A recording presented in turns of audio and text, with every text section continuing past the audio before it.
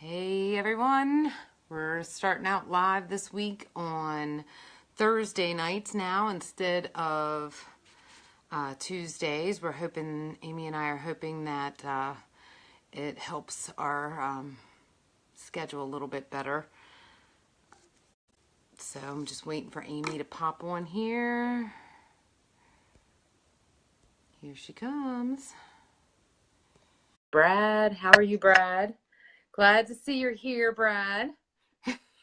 Not sitting in your bed on the wrong night waiting for us to come on. Oh my. So, last week we were talking about hosting his presence, and so this week we wanted to just talk about how we prepare ourselves to do that.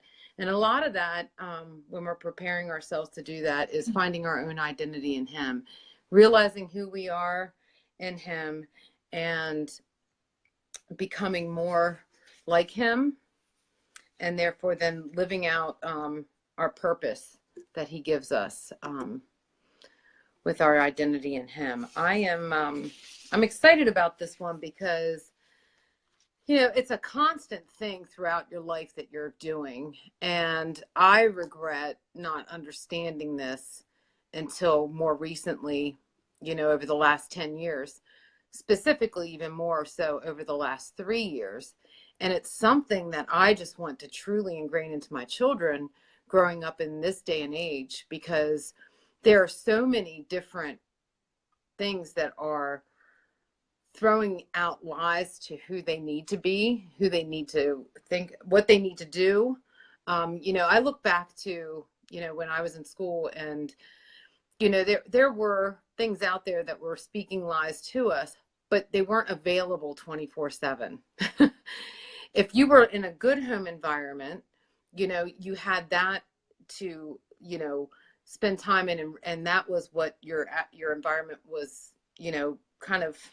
I'm trying to think of the wording, because I didn't even plan on this, what I'm talking about now. I don't even know how I got off onto this subject, but I just keep thinking about how many things the kids can get into today that speak lies into who they need to believe that they are, who they need to be like. I mean, we're all born and then we grow up in our home, and we look to our parents. We're like, oh, I want to be like my parents. I want to be like my older brother, my older sister. You know, we're never really looking at, we need to be like our Father in heaven, you know. And I didn't understand that. I mean, that was Jesus, that was God. Like, I just wanted to pray to them. I didn't need to be like them. I just needed to not sin.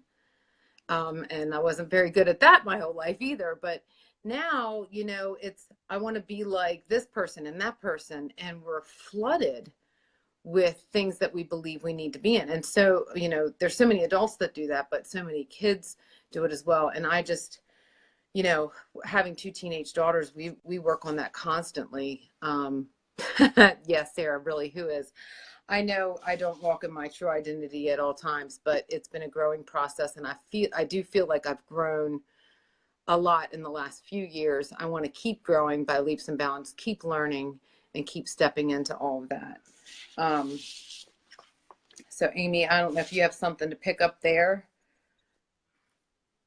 Yeah, I mean, it's just, I've had this constant thought last, you know, week or so, because, you know, I know the Lord really hit the both of us really quickly after last week's broadcast. It literally was less than 24 hours.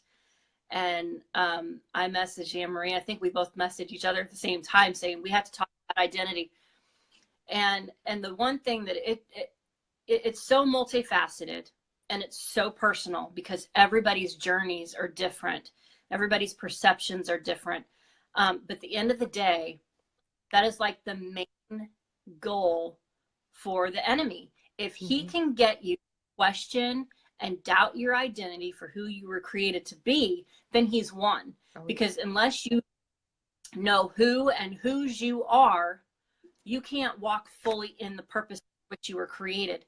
So if he gets you to get like tripped up and lost in all of the minutia of life, of doubts and insecurities, and Hey, Kim. And just, you know, identity crisis can also come out of just brokenness, you know, from past abuses as childhoods. And I mean, all this stuff, if he can just assault your life with all of these things that chip away at who you were created to be originally, Right. and all that takes to piece back together, then he's delaying the inevitable, because he knows once you know who and whose you are detrimental to his plans. And that's really just the whole catalyst for this. And it's always going to be a battle. He's always going to be throwing those, those little fiery darts or whatever you want to call them at you, that come in all shapes, sizes, and forms. And it can come in, like I said, like doubts. It can come in moments of quiet and loneliness. It can come, what's the other word I was thinking of? It can come out of guilt and shame. It can come out of bad choices. It can come, you know what I mean? It can come anywhere and everywhere. Right. To get doubt the position that you actually have in Christ. Mm-hmm. I think, really, for me, and God uses everything for our good, because I was in a moment of desperation with one traumatic event happening after another in my life, to the point that I just was floundering to even just get up and put one foot in front of the other. So, that we could say that that's the worst thing that happened to us, but it actually becomes the best thing that happens to us, because then you kind of have to come to the end of everything. Mm-hmm. And you find him, and that's when you start to build in relationship with him. And that's when you begin to hear his truth over you and what he's created you to be. And when I look back now, that's where I don't regret some of the horrible things that I've walked through, because I know what they've done for me inside, and I know what they've given me as promises for my future and also for my eternal life, because of what I was able to see in myself. I started walking out of, the different things that I was called at different times, labeled as by other people. And, with that, I can look at, like, I know so often I was called weak because I was so emotional. I was absolutely insecure. When I used to drink as a teenager or in my 20s, and even as I became a wife, and then I had to hang out with other wives, that made me feel, it wasn't that, it was my own insecurity, me not knowing who I was, but I would have too much because I needed to be comfortable with myself, and all of those mistakes led up to who I am today in him. So I'm actually grateful. I mean, I wish I would have learned long before that, to walk in my identity in him. But I'm grateful now that those things led me to where I am now, so that I'm not walking out lies the rest of my life. We can look at, when we do come into our identity in him, we are new people. In 2 Corinthians 5:17, it says that we're leaving our past behind. We're letting go of what we once were, whether it was the sin that we had, or whether it was, what others labeled us as, and we became insecure in those labels. Now when someone calls me emotional, I'm like, yeah, I'm a feeler. I can tell you what's happening in this room, because I understand the feelings that I'm feeling now are not always coming from me. Sometimes they're coming from other people. Ryan Johnson, in his identity, it's illegitimacy, and I'm going to come back on this later, but it's the battle of your identity. He actually brings up dropping the labels and the false identity and things like that. But I'm going to be talking about that a little bit later on. But I think that's the nice thing is, over time, we are sanctified, we're made holy. I picture that as being like sifted through mesh, like gold, and, a lot of people say refined. That can happen over a period of time. I mean, how many times is gold sifted till you actually get down and you see that is what's resting and how much you have, We can look at so many scriptures that talk about identity. That was just something I pulled when I was looking at 1 Corinthians 1:30. Um, but over time we're sifted and refined, and that's when we truly begin to walk in who we are. And as we do that, then we're able to walk in our purpose. That's when we're able to host his presence in our purpose and walk out this life the way he intended from the beginning. Yeah. Yeah. My own personal journey, I was a walking identity crisis for probably the first 30 years of my life. Just inundated and under the oppression of labels given to me by others, right, as well as me morphing some of those labels into my own labels. So I labeled myself, yes, and others labeled me as well. And what that does to you, like, for me, I was a young child, and that it just kind of grew and grew, kind of like a snowball rolling down a hill. That just kind of goes, it just opens the doors for all those bad choices and just the train wreck of a person that I was. And it doesn't have to happen this way for everybody, but my journey was just that. It was just a massive train wreck. And after the world kind of chewed me up and spit me out, just because the world is just awful, and and then you fall into all those bad choices, then I'm left in this heap of a mess, a shattered mess. And the Lord found me saying, are you ready to figure out who I created you to be? And a lot of times when we're walking this journey of learning who, or relearning who the Lord has created us to be, you're going to have a lot of times where it's you're in solitude and you're in aloneness. And there's also moments that feel very lonely. And there was a lot of my time that I had a hard time sensing God's hand on me, because it felt very dark and very alone. But I knew he was there, but it was just, forcing me to seek out, what he had for me, who he was really calling me to be. I mean, I was on a mission to try to figure out, how to do this or fix this or whatever. But he was saying, don't worry about that. I need you to see yourself how I see you.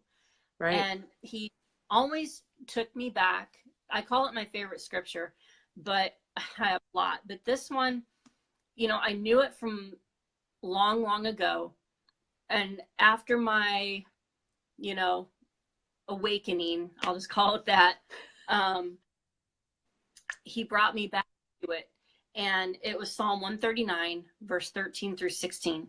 And I'm just going to read it directly so I don't misquote it, because I'm famous for that.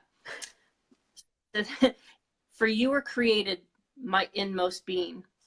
You knit me together in my mother's womb. I praise you because I'm fearfully and wonderfully made. Your works are wonderful. I know that full well. My frame was not hidden from you when I was made in the secret place.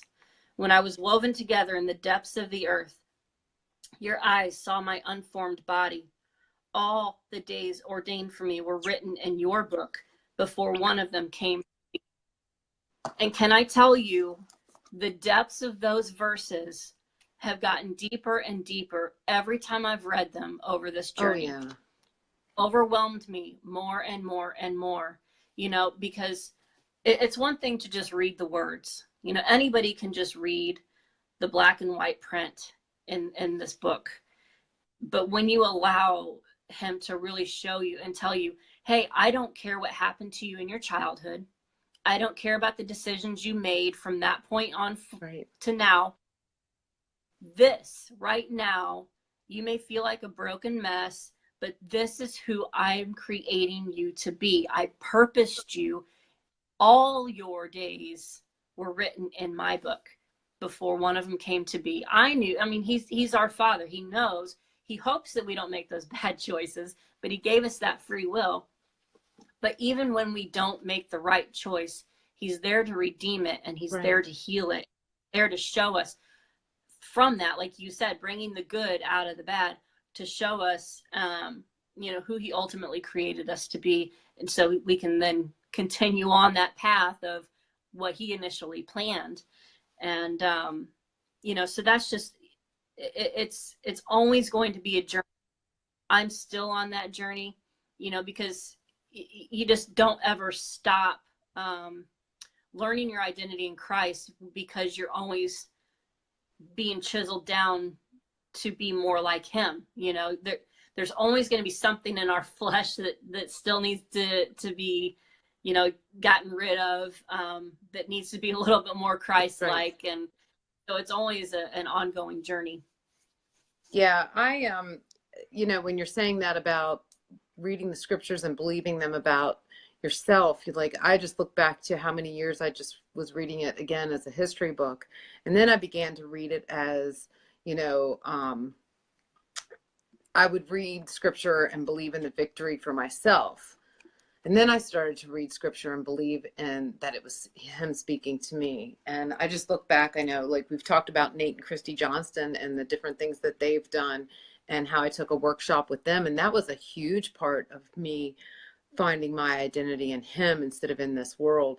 And, they went through a lot of Song of Songs, the Passion Translation for that. And it really speaks to you as how much he loves you. And when you feel that loved by somebody, you're not seeking it from anyone, in this world. I'm thinking I had somewhere in my notes, it's not, anyone else in this world cannot make us feel as he makes us feel. They say my better half or my other half, or he completes me. What line of movie is that from?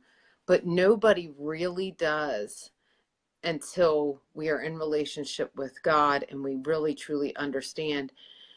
When we don't feel whole, it's because we're not allowing him to live within us. There's something missing, and it's more of us inviting him in.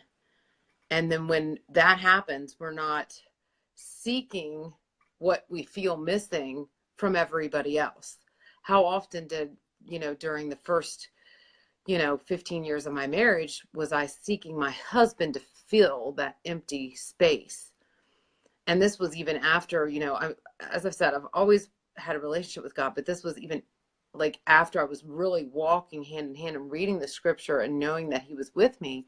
I didn't understand the whole within me. And when he's within you, you're not missing all that feeling anymore. And no one else can give that to you. So many people, and that's the other thing about, the whole thing with my teenage daughters and other people's children. They're seeking something to fill that void that's not going to be filled by anything but him. When that void is filled with him, then you can be walking out in everything in him. That brought me back to the story of Solomon back in Ecclesiastes 1 and 2, where he felt like everything was meaningless and he was just kind of floating through life, what is the point? And he had wisdom, he had power, he had riches, he had honor, everything. And he just felt like everything was a senseless pursuit. I think one of his saying was, it was as if you're chasing the wind, and until, he could realize that without God as his foundation, there was nothing else to live for. So he had to look beyond all of those things that he thought could fulfill his life. And, of course, God graced him with incredible wisdom. And so he was, able to speak this into other people's lives and stuff like that. But, we all need to let go. It made me think of so my old job in the school system, I was doing what I love to do, working with children that had different issues in their environments and things like that at home and things that caused their behaviors. And I really loved working with them.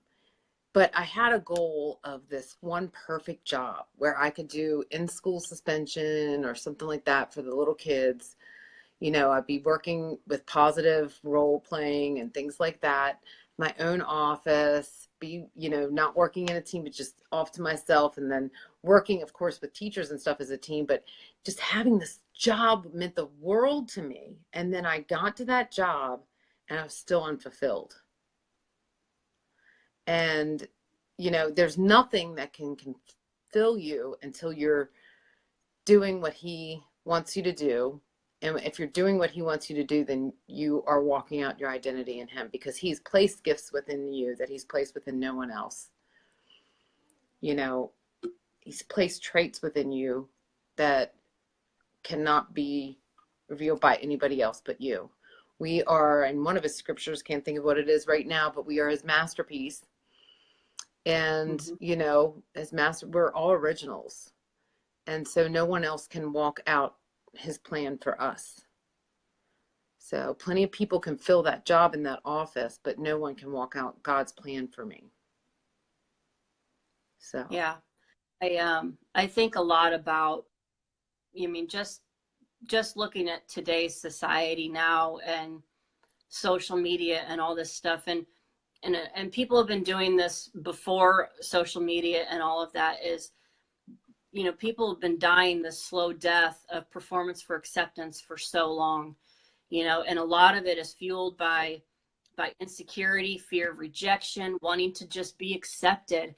And, you know, nowadays with the social media, it's, you know, it's all based on how many likes, how many shares, how many comments, how many views, is it going to go viral? I mean, all of the shallow ridiculousness that people are putting their full identity and hopes in the acceptance of whatever they're putting out there, that when it doesn't happen, they are just shattered with rejection. And I mean, and it's a slow, painful death. But, you know, I got sucked into it before social media. You know, I just always wanted to be accepted by other people and blah, blah, blah. You know, thank God he freed me from that. But, you know, it's not as painful being rejected as it is living a life unfulfilled, because you have now sacrificed who you truly are to get other people's approval. And, you know, and the Lord gave me this little phrase as I was thinking about this. He says, you cannot be the jester in the courts of heaven when you were created to be co-heir of the throne. And so many people this day and age are performing and just hoping that something just takes off for them, instead of just understanding who they are, that they are, you know, what's that scripture? A royal priesthood. And I wrote it down. 1 Peter 2:9. You are a chosen people, a royal priesthood, a holy nation, not jesters in the courts of heaven. Right. And unfortunately, you know, I mean, I love social media. It's amazing. And I've been connected with some really awesome people across this nation and around this world.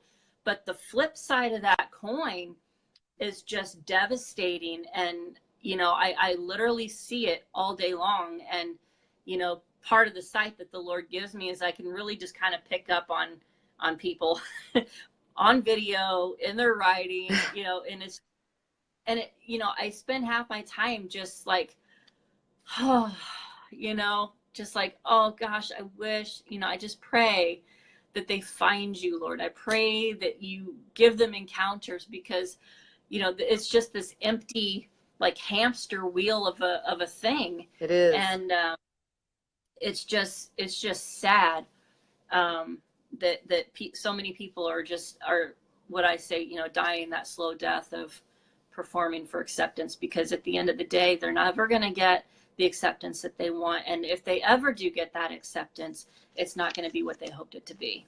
Absolutely. And Sarah was just saying, so true. Thank the Lord, social media doesn't determine my worth anymore. I've received enough criticism to get free from it.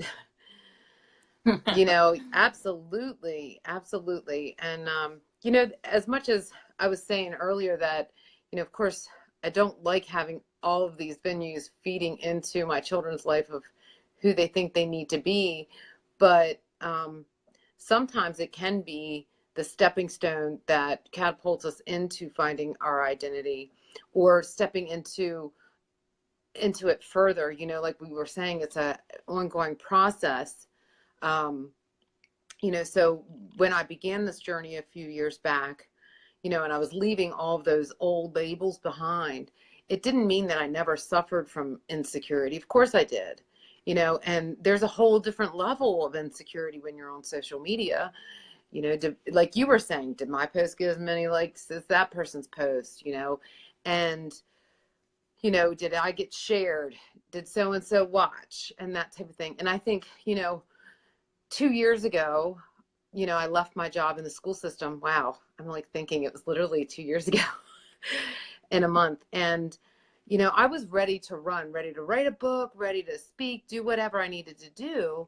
And, but God had to sift me like the gold that I was talking about earlier. And I really needed to learn through that process that I can't live for what everybody else is thinking of me or not thinking of me, or what they're doing and what I'm not doing, or vice versa. And while he helped me learn my own identity deeper in him, just recently there was like this quiet void where he got super, super quiet. And I had nothing to put on social media. I had nothing. And I didn't understand why. I was like, why are you not giving me anything to encourage others with? Like, what are you doing? He really had me go within. And during that time, he allowed me to rest in the fact that although I wasn't putting anything out there, it was okay. He still accepted me. It didn't matter if I wasn't keeping up. Didn't matter if I wasn't throwing things into my feed so people would, you know, stay interested in God and what I was trying to say. They would find their avenues. He really spoke to me in all of that. And when I came out of that, you know, a couple of months later, which was just right before the holidays, and finally I was like, he's back. I was really in a different place, and I understood that growing process that came through that. And that was a whole new layer of identity that he had peeled back and said, look, you are who you are. You are a voice that I'm putting out there for me, and it's not going to be like anybody else. And it does, none of this stuff matters. And now, honestly, like, it doesn't, in a whole new way. I tried to say it didn't before, but in a whole new way. You know, and we're not perfect, you know, even when we learn. I'm not saying I'm perfect at that by any means, but I'm a heck of a lot better than I was 5 months ago in that. And as we grow, we'll be better in all of those things. You know, I wrote something earlier, when we feel at peace in a situation, then it's almost like we're following our own GPS. And I know that this has been said before, but truly we begin to follow him in everything. And then we end up, I can't read my own writing. Isn't that terrible? You know, we end up finding what he's placed within us and walking that out. And we have this peace and we feel more satisfied. We're not seeking anything from anyone else, because everything that we have is within us because he is within us, I think is what I'm trying to say. So, Yeah. Yeah.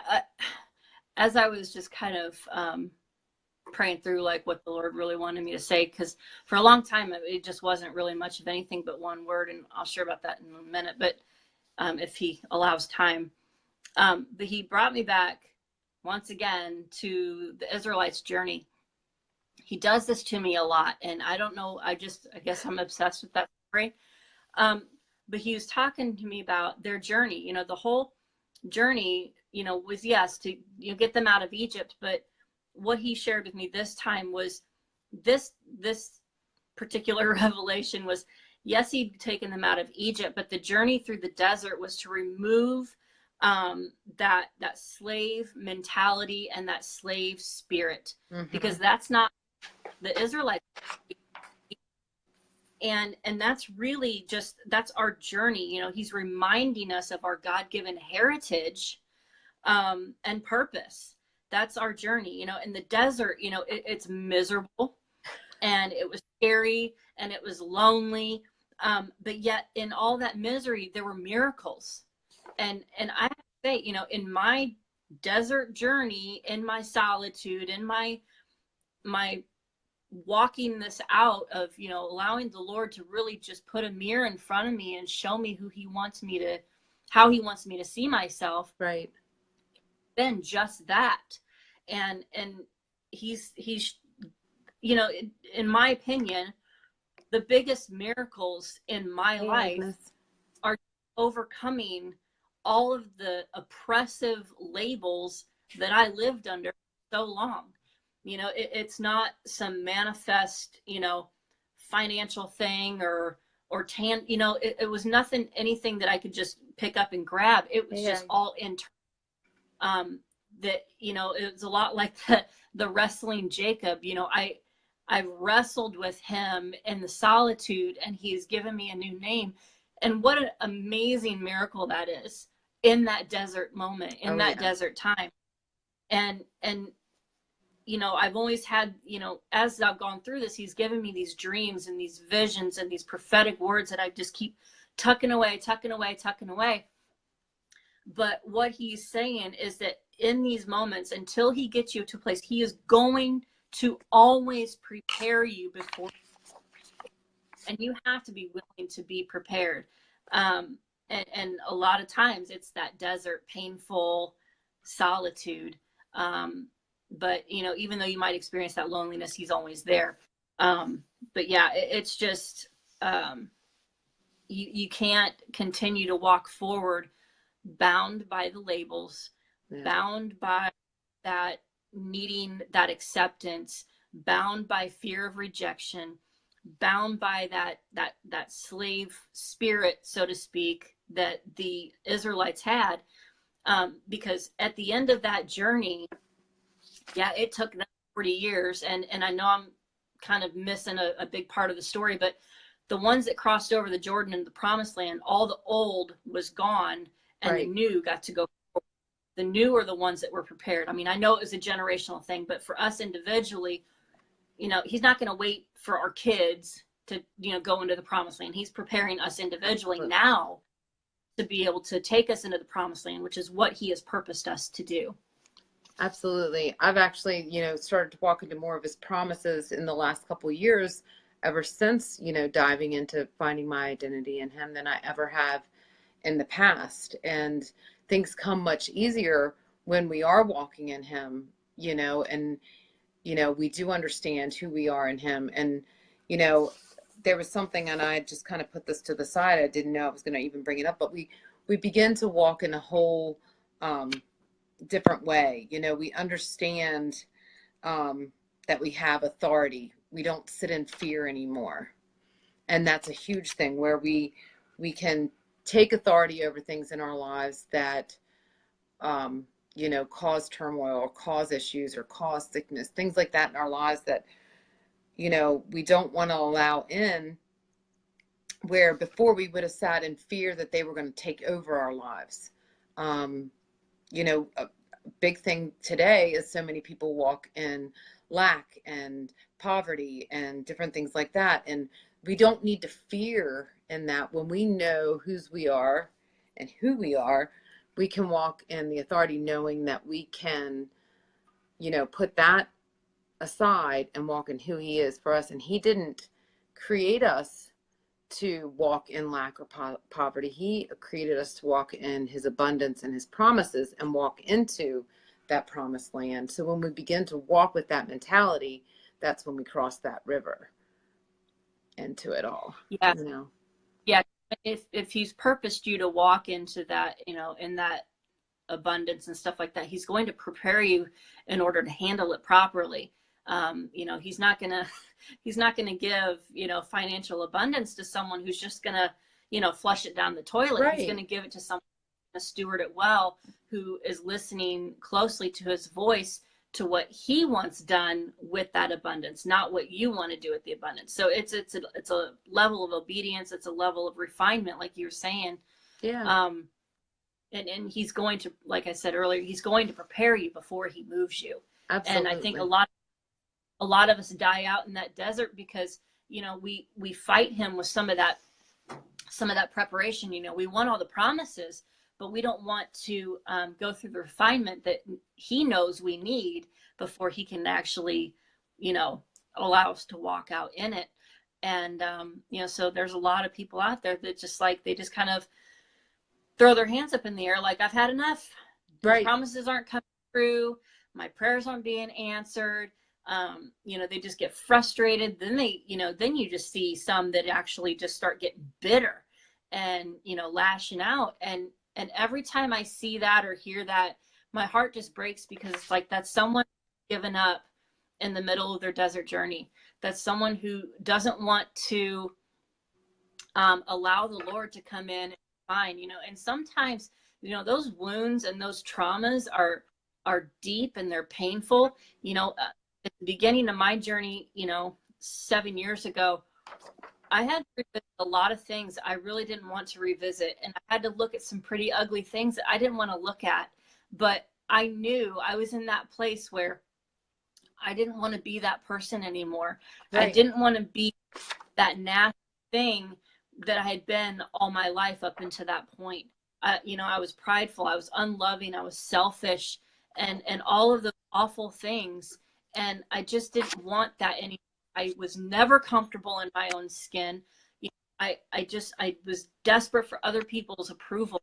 And even so much so that, you know, I disregarded the people that actually did love me, that did try to pour into me, because it wasn't enough.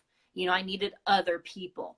And, you know, and so when you go through that journey, that refinement, the people that don't want to do that, they don't want to take a step back and look at that mess, because, you know, those wounds are painful. And what they don't understand is that God is a good God, and he is gentle. Yes. And he is kind, not going to give you more than you can handle. And he will place people around you that will help you through those really hard times. And I think people just get fearful of that. And then they quit, and then they never get to walk in that fullness that their spirit desperately wants. You know, we get trapped in this shell of a thing, and our spirit is just being choked out because we're not allowing things to get healed and revealed. You know, he doesn't humiliate you in the midst of your woundedness and in your pain. He comes in and heals that in secret, in that quiet place. And that's why this whole identity journey, most of the time, is solitude, because it's just you and God. It's him working on you. So you're not at that public whipping post. You're not, you know, strewn out for the whole world to see. He just comes in gently and just starts working on you, saying, hey, this is who I created you to be. This is who I want you to be. And he starts feeding you those dreams and those visions, because this is his purpose over you. And it gets you excited. And that, for a lot of times, has been my fuel for my dimly lit fire at the very beginning. Because it was hard, you know? So, well, sorry. No. I mean, that's just, what you were saying made me start thinking about, you know, then, you know, we're created for a purpose to draw others to him, to find their identity.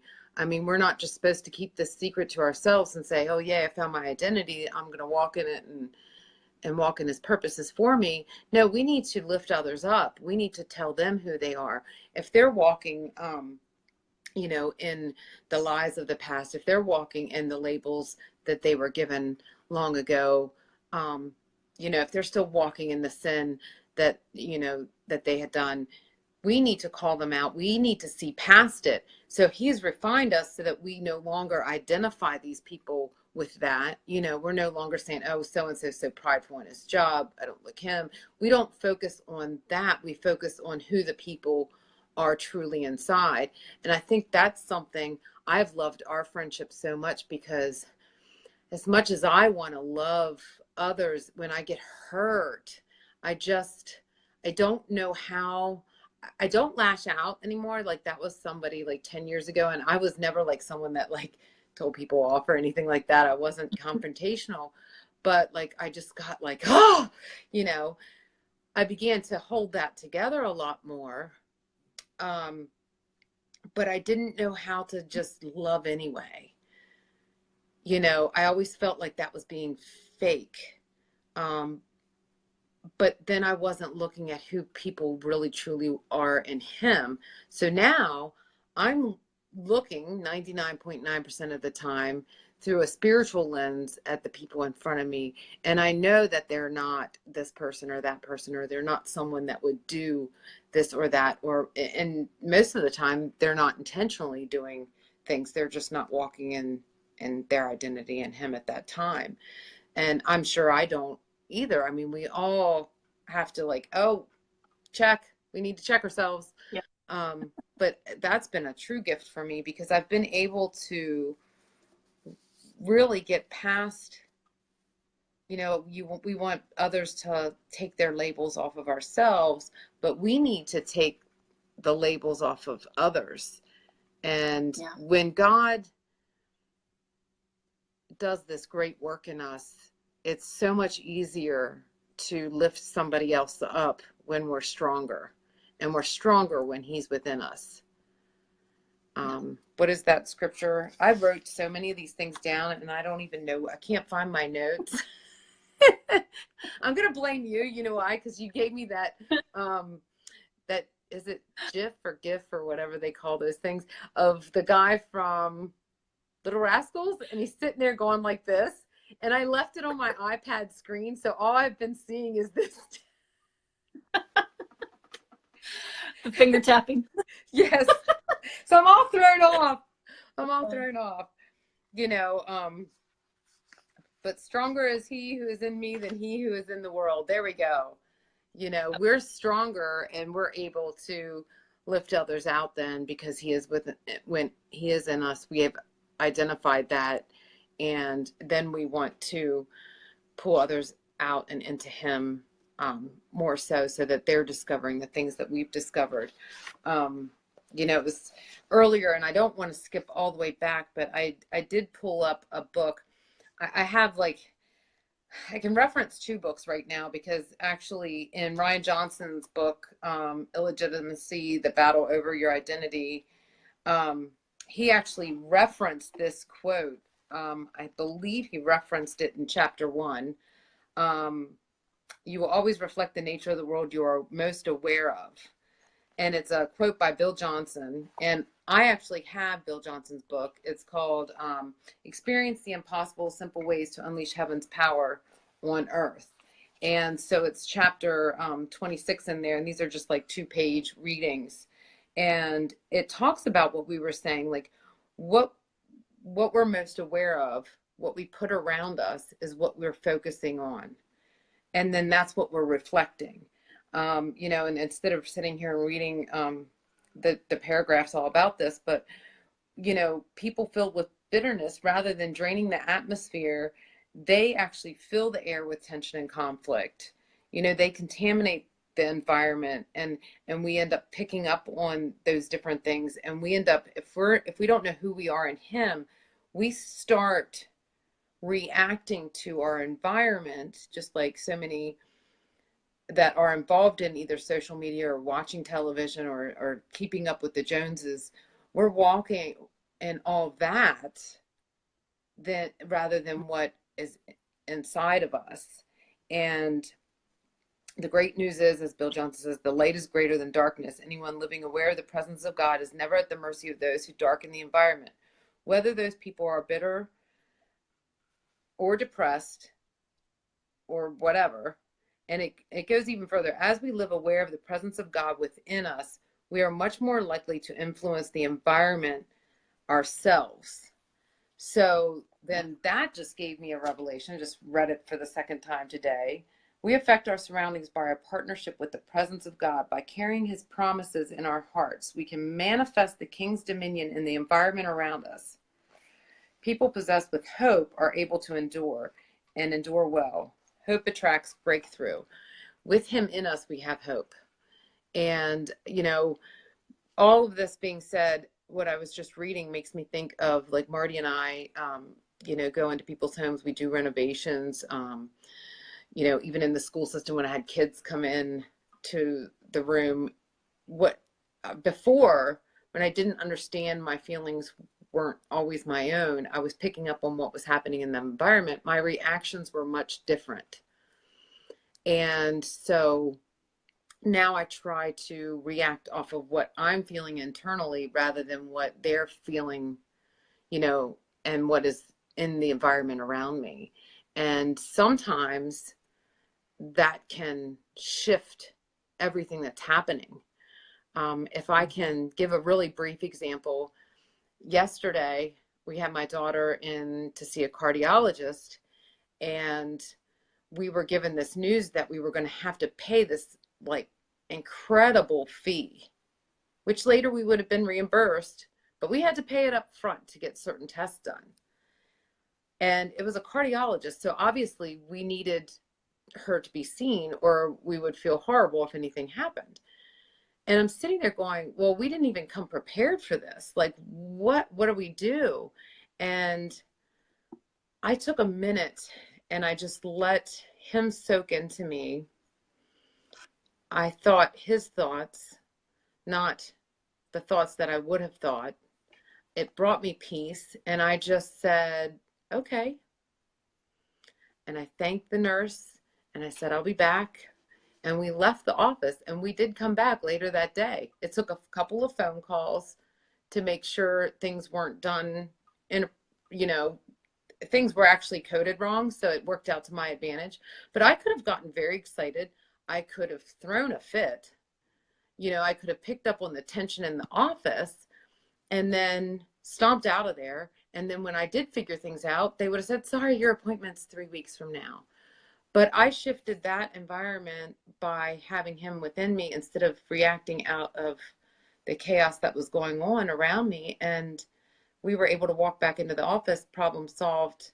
Georgia was seen and things worked out. So, that can happen so often in so many things that we're doing. If we just don't pick up on what's going on around us, we can actually bring his presence into the situation.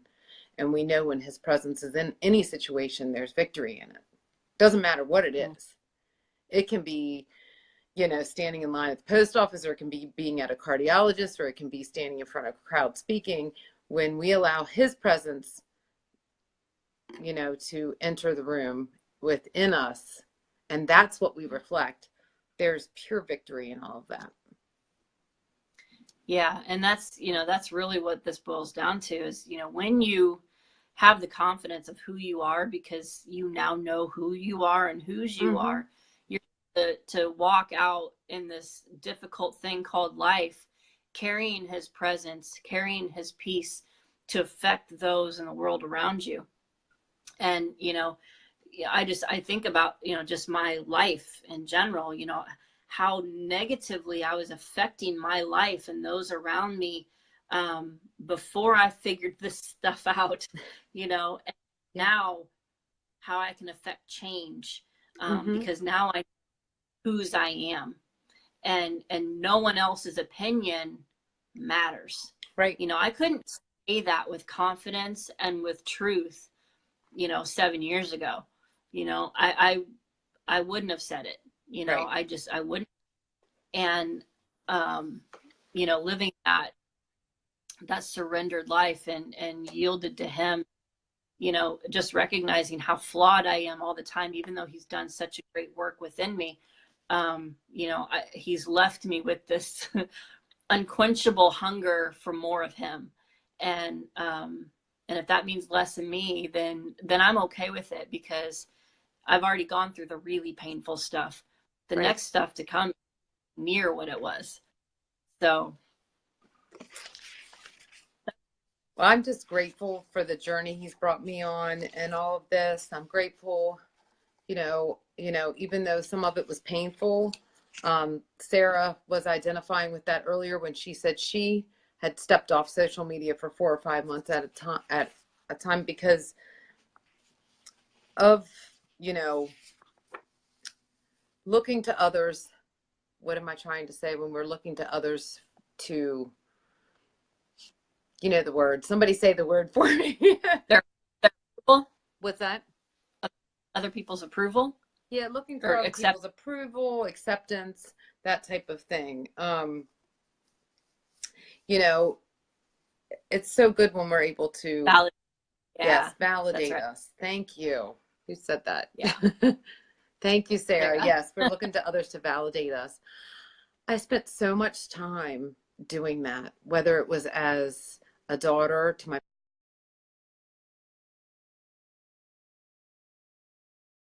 Marty, or even as girls.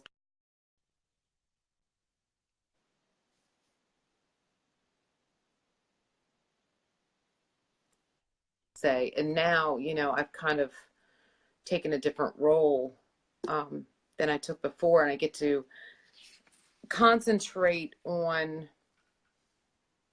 how I want to walk in those positions that I hold while I'm here. God's given me those positions of wife, mother, daughter to my parents.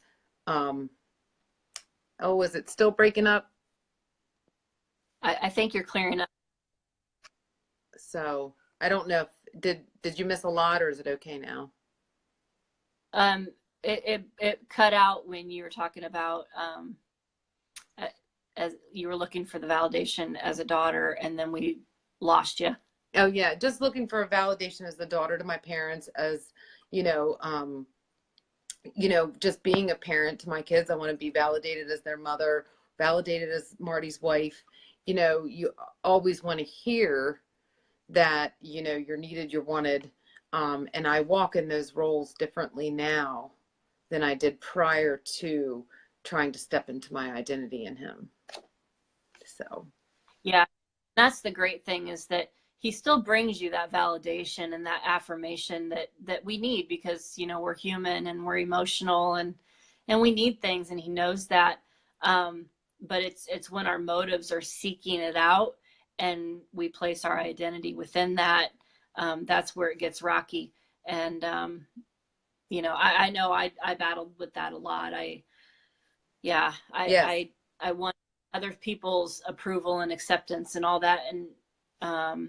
And I was, hurt when it didn't happen. Mm-hmm. Now it's like, it's a humility, like it's an appreciation that I feel when that does happen, but I'm not looking for it, and I'm not seeking it out, and I'm not asking for it. You know what I mean? There's a big difference.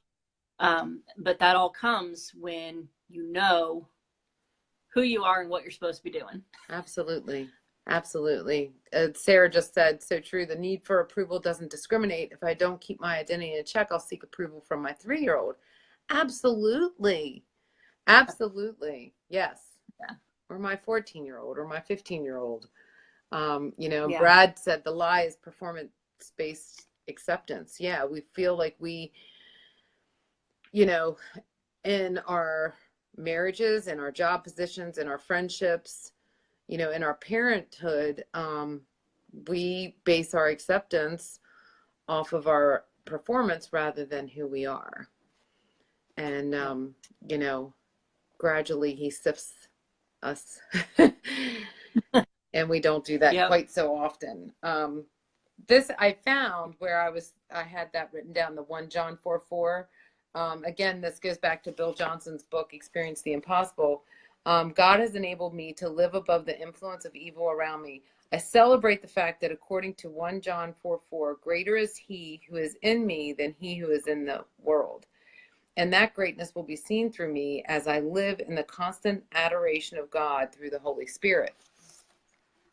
And if we look at Solomon and Hezekiah and David, and we look at how much they looked to the Lord and their dedication, that's where it all comes from. When we become devoted and dedicated to him, and our eyes are looking to him. That's the reflection that we're seeing. You know, they are, the Lord is reflected then into us, and that's what we are able to live out. So. Yeah.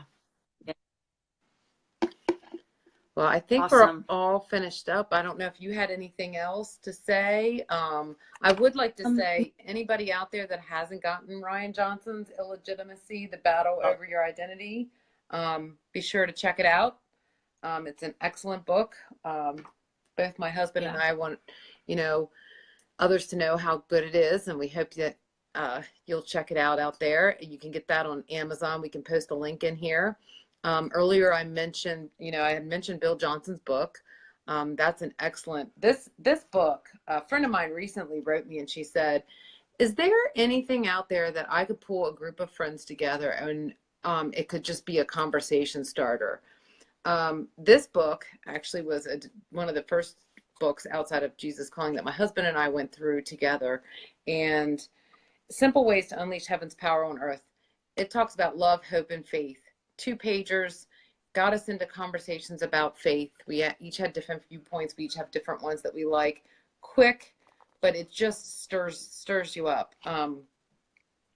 And then earlier I mentioned, sorry, but I always like to mention others, you know, that Nate and Christy Johnson, I had taken their Voyage of Awakening course 2 years ago. And now they're doing a Grow. Check them out. Anything that they offer, their workshops are amazing. They're doing a mentoring thing right now. You can go to their website. If Brad is still on here, it would be great if you could put that link for the people to check out the Grow. It's going to be going on throughout the year, different sessions of it. And you can go to their website and check that out. Check out Sarah Wiseman that's on here. She has her own. Sarah, put your Sincerely Sarah. Yes, Sincerely Sarah website up here, especially as a young mom and wife. She puts a lot of wisdom out there. And then we have our wonderful Agnes on here that leads us in our week of miracles every Monday morning on Facebook, Agnes Ebony. And, you know, you talk about a prayer warrior and declaring and decreeing goodness over your life. She is one to follow if you want to do that. Yes. So. All the awesome people the Lord's connected us with. There's so many people on here, and you know that are our family. We love you, Kim Holland. You are just awesome. You know, Kim has been an amazing support to me since I've met her. It was nearly 2 years ago. You know, I always appreciate you commenting, and you have shared. She shared when she was the only person liking my post. She shared my post. And she has no idea how, I mean, I know I've written her about this before, but you know, it's nice to have family cheering you on. Suzanne, it's good to see you on here. Yeah, I love publicly honoring people, you know, because sometimes, you know, there are people that are just in the background and in the quiet, and you know, they need spotlights sometimes too. And Kimmy's definitely one of those awesome women. I'm getting all choked up because I just love her. So yeah, we love Kim Holland. She's awesome. Awesome. So, well, thank you all for joining us. It's our first Thursday night. We realize sometimes Thursdays can get busy. People have kids, people have lives. Thursday nights, like the end of the week, so people are tired, but we appreciate you hopping on, whether you hopped on during our broadcast or you're catching us on the replay. We are going to try this, continue it on Thursdays, 9 p.m. Eastern Standard Time. And yes. So that's 8 p.m. weird time out there. Normal time. And we appreciate all of you. We really do. And yes, Sarah, Kim is an absolute encourager. I'm so grateful for all of you. We love you. We will see you next week. And again, if you have anything that you want us to talk more about, you know, we were talking about identity today. I know we're thinking about, I don't know if it'll be next week or not, but talking about community. We are living stones, and together we become, you know, the building of his temple together as a community. And that's what we want to do. I think there was something Yeah. more with that, something with harvest, and we have to have a place to store that harvest. And then ultimately we are harvesting souls. So it's going to be a Waiting good on the one. down. Whatever it is, it might be rabbit trails, but it's going to be good. So we hope you all will join us, and we'll see you next week. We love you guys. Bye. Guys.